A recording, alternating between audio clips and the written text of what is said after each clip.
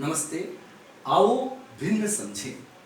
आज इस वीडियो में हम भिन्न की अवधारणा स्पष्ट करने के लिए कक्षा में कक्षा के बाहर बच्चों के बीच हम कौन कौन सी ऐसी गतिविधियां करवा सकते हैं कि बच्चों का भिन्न का कॉन्सेप्ट पूरी तरह से क्लियर हो जाए कि भिन्न की आवश्यकता कैसे महसूस हुई।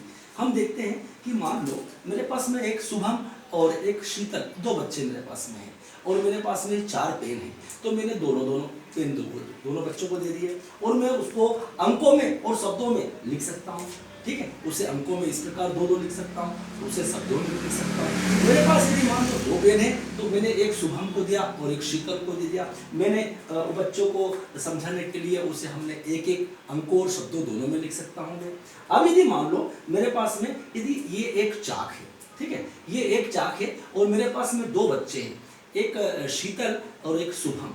अब इन दोनों बच्चों को मैंने 2 पेन दिए थे, अब एक पेन दिए थे, उन्हें अंकों और शब्दों दोनों में लिख दिया। अब यहाँ देखेंगे हम कि मेरे पास में एक चाक है और एक चाक मुझे 2 बच्चों में देना है, तो मुझे ये दोनों इस देने के लिए इस चाक के 2 भाग बराबर भाग करना होते हैं और ये दोनों भाग मैंने एक बच्चों को दे दिए। अब इसे मैं अंकों में कैसे लिखूंगा, शब्दों में कैसे लिखूंगा? शब्दों में लिखने के लिए मैंने आधा लिख दिया कि आधा मैंने शुभम को दिया, आधा मैंने शीतल को दिया। जब इसे मैं अंकों में लिख लूंगा तो अंकों में लिखने के लिए मुझे उस आधा को, उस चौथाई को लिखने के लिए मुझे भिन्न की आवश्यकता महसूस होगी, है ना। तो उसके लिए हमें क्या करना होगा कि जैसे ये एक हमारे पास चाक था, इसके मैंने 2 भाग किए, इस एक चाक के 2 भाग किए मैंने और 2 में से 1 भाग मैंने शुभम को दिया, 1 भाग मैंने शीतल को दिया। तो मुझे ये 1/2 लिखना होगा। अब इसे हमको चित्र में प्रदर्शित करना होगा कि चित्र में किस प्रकार प्रदर्शित करें। ये एक चाक था, मुझे इस चाक के 2 भाग किए मैंने, 1 भाग मैंने शीतल को दिया और 1 भाग मैंने शुभम को दिया।